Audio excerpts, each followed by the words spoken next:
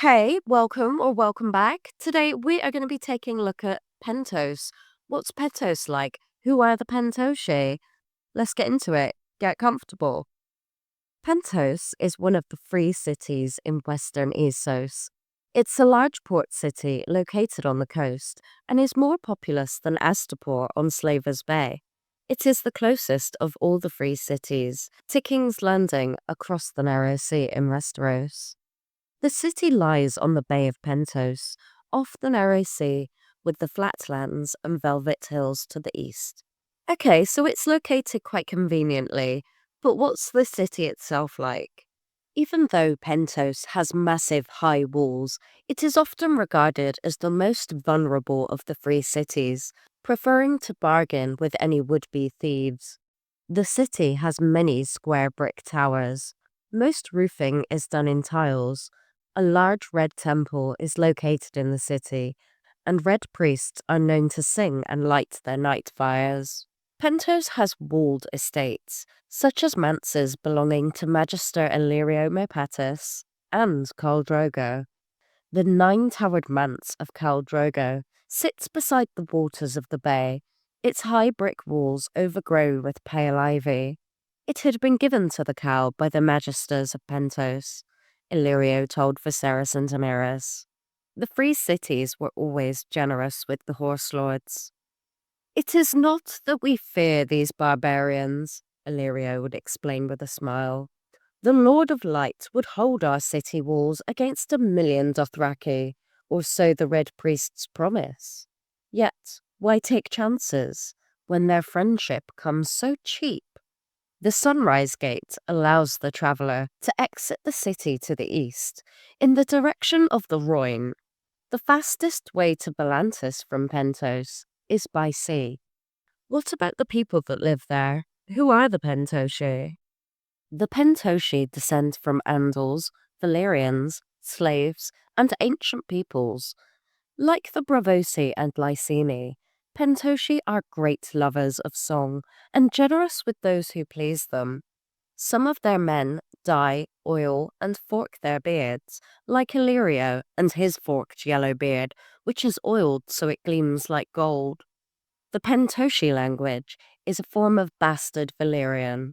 Numerous gods are worshipped in Pentos, including R'hllor. Pentos is a city where wealth equals power, ruled over by a prince with a council of rich magisters. The prince has a mostly ceremonial function, however, while the magisters actually rule. The prince, who is chosen from 40 families, presides chiefly over balls and feasts. He is carried from place to place in a rich palanquin with a handsome guard. Each new year, he deflowers 2 maidens, the Maid of the Sea and the Maid of the Fields, to ensure prosperity on land and sea. If there is famine or a war is lost, the magisters sacrifice the prince and slit his throat to appease the gods, then choose a new prince. Slavery was heavily practiced for most of Pentoshi history, but Braavos imposed abolition after several years. Pentoshi ships flout these laws, however, by running Lysene or Mirish banners when challenged. Pentos is full of free bond servants who are collared and branded like the slaves in Lys, Myr, or Tyrosh. Although they are free men and women by law, the cost of their food, clothing, and shelter is higher than the value of their service, and they become indebted to their masters. Pentos is not allowed by Braavos to have more than 20 warships, nor are they allowed to hire sellswords, make contracts with free companies, or maintain an army. As a consequence, Pentoshi are less belligerent than Lyseni, Myrmen, or Tyroshi. The Pentoshi are friendly with the other free cities and generous with Dothraki horse lords. Pentos is known for its bravos, like in Bravos and Myr. If I wanted to move to Pentos, could I get a good job there? What's the economy like? The Pentoshi are involved in trade, with ships passing daily back and forth between Pentos and King's Landing across the narrow sea. Pentos produces a pale amber wine. Teeming bazaars can be found in Pentos as well. Slavery has been forbidden in Pentos since its last war with Bravos. Nonetheless, there are many servants who are slaves in all but name. One Pentoshi merchant is Magister Illyrio Mepatis, who deals in spices, gemstones, and dragon bone, as well as other less savory things. And cheese, he's also known as the Cheese Lord. What about the history of Pentos? What was its foundation? Pentos was founded by merchants, traders, seafarers, and farmers from the Valyrian freehold as a trading outpost. Many were small folk who bred with local Andals, so the Pentoshi are less protective of Valyrian blood than other free cities. There are some who claim Pentos existed before the colonization, and that the original inhabitants decided to pay homage to the freehold, citing Pentoshi author Gesio Haratis's Before the Dragons as their source. Pentos grew to control almost all of Andalos, with domains stretching from the Velvet Hills and the Little Rhoyne to the Narrow Sea. What was going on with Pentos during the Century of Blood? The Century of Blood was a period of chaos in Essos, which lasted for about a century.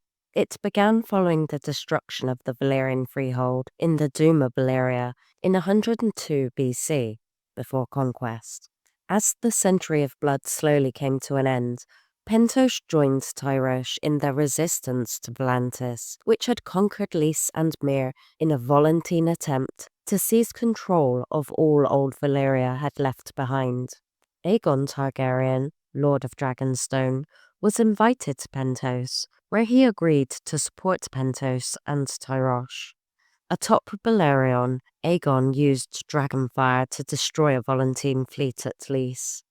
This is the same Aegon who later became the first Lord of the Seven Kingdoms through Aegon's conquest.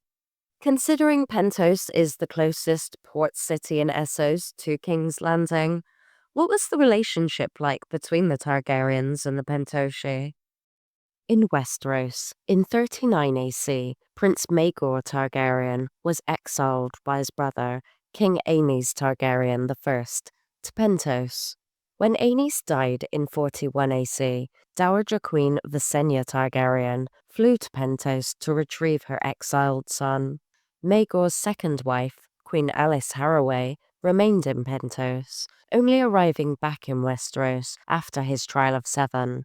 With her came a Pentoshi beauty called Tyanna, who was rumoured to have been the bastard daughter of a magister and who would become Maegor's third wife.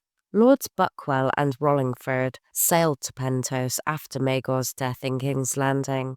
Grand Maester Bennifer also sought exile in Pentos for a time after abandoning Maegor and returned when invited back by his successor, Jaehaerys. 22 Pentoshi magisters attended the golden wedding of the Dowager Queen Alyssa Velaryon and Lord Rhaegar Baratheon in 49 AC. A notable Pentoshi was the low-born Rhaego Draz. Although he was the richest man in Pentos, due to his low birth, he was largely shunned by the other wealthy Pentoshi and denied a seat on the city's Council of Magisters. Rhaego instead became the Master of Coin for King Jaehaerys Targaryen I. In 54 AC, Alyssa Farman discreetly sailed from Driftmark for Pentos and travelled on land to Bravos. Pentos and Tyrosh began a war in 55 AC, which significantly disrupted trade in the Narrow Sea. Sir Willem the Wasp searched for Balerion in the Velvet Hills, but his party was ambushed by brigands in 56 AC. Jaehaerys refused Lord Miles Smallwood's recommendation to punish Pentos. In 58 AC, the Tyroshi and Pentoshi requested that Jaehaerys mediate the negotiations to end their dispute. Both the Prince of Pentos and the Archon of Tyrosh travelled to King's Landing to conduct negotiations in person. They concluded a treaty of eternal peace, but the treaty was not well received, and the magisters sacrificed the Prince of Pentos to their gods. Roy Connington fled in exile to Pentos, and then Myr, after being scandalized with Princess Sarah Targaryen. The sea snake, Corlys Velaryon, sailed to Pentos with his uncle when he was 6 years old, and he returned to the Free City on his own ship in later years. Spoiler alert for House of the Dragon. If you want to skip to this time frame, all good with me. Love you. Right. In 115 AC, Prince Daemon Targaryen married Lady Laena Velaryon. Since Daemon realized his brother, King Viserys Targaryen I, would not be pleased when he heard about the marriage, the newlyweds left Westeros and travelled to Pentos instead. The Prince of Pentos entertained them, as the Pentoshi feared the increasing strength of the Triarchy, and Pentos saw Daemon as a valuable ally.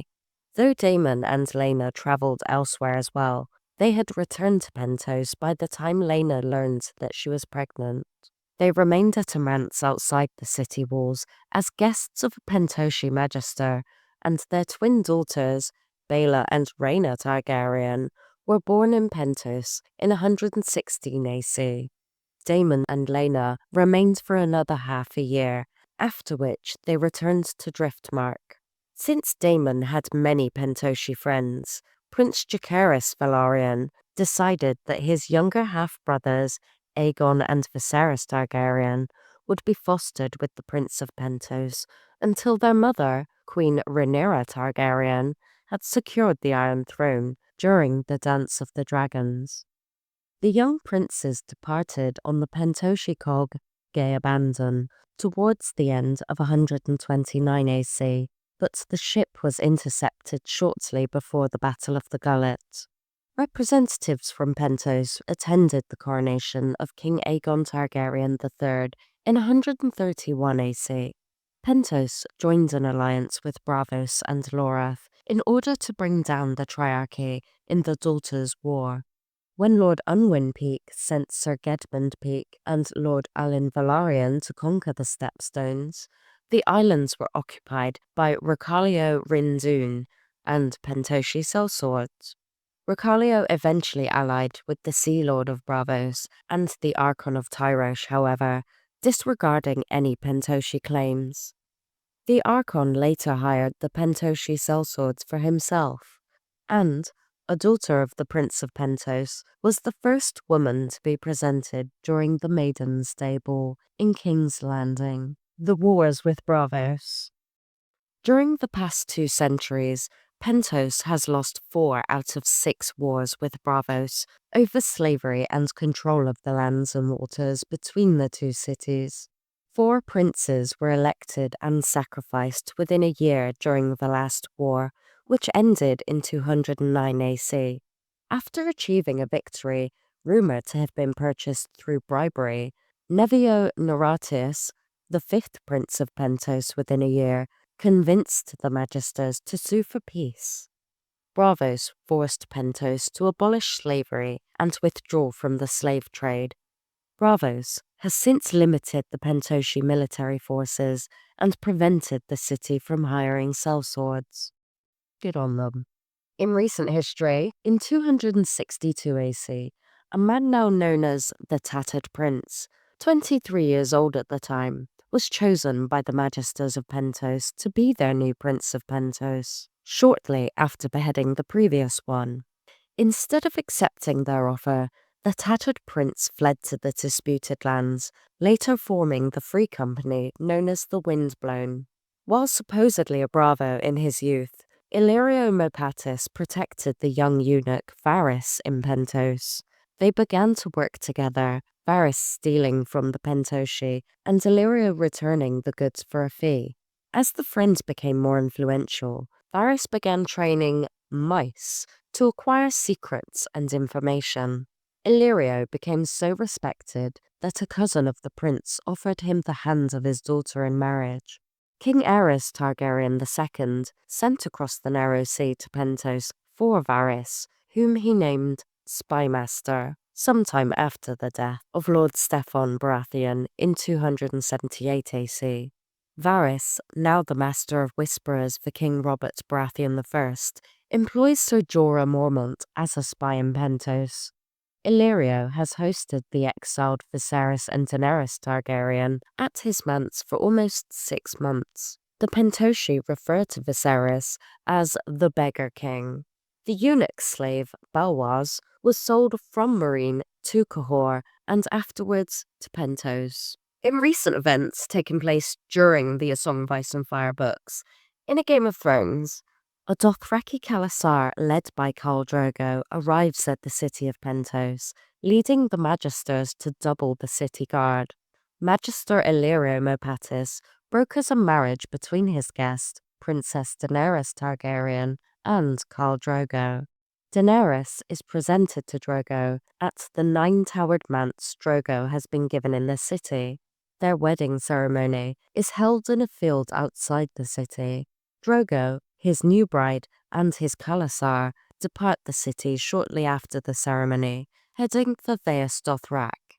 In A Clash of Kings, Arstan Whitebeard, aka Sir Barristan Selmy, and Strong Belwas are sent to sail from Pentos by Illyrio to New Gis and then on to Karth, where they meet Daenerys with the intent to give her transportation back to Pentos. Less than a fortnight after her departure from Karth, Pyat Pree and 3 of his fellow warlocks set out for Pentos seeking Daenerys.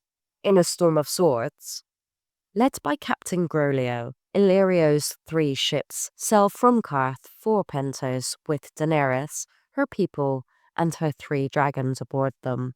During their journey, however, Sir Jorah Mormont counsels Daenerys to sail for Astapor and by Unsullied.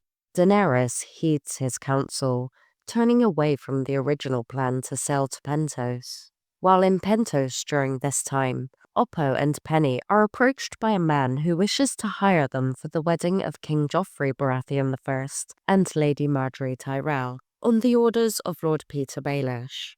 In A Feast for Crows, in Maidenpool, Brienne purchases an orange for Podrick on the Sea Strider, a trading cog just in from Old Town by way of Tyrosh, Pentos, and Duskendale, making way for Goldtown next. Arya Stark spots 2 battered Pentoshi cogs in the harbour of Braavos.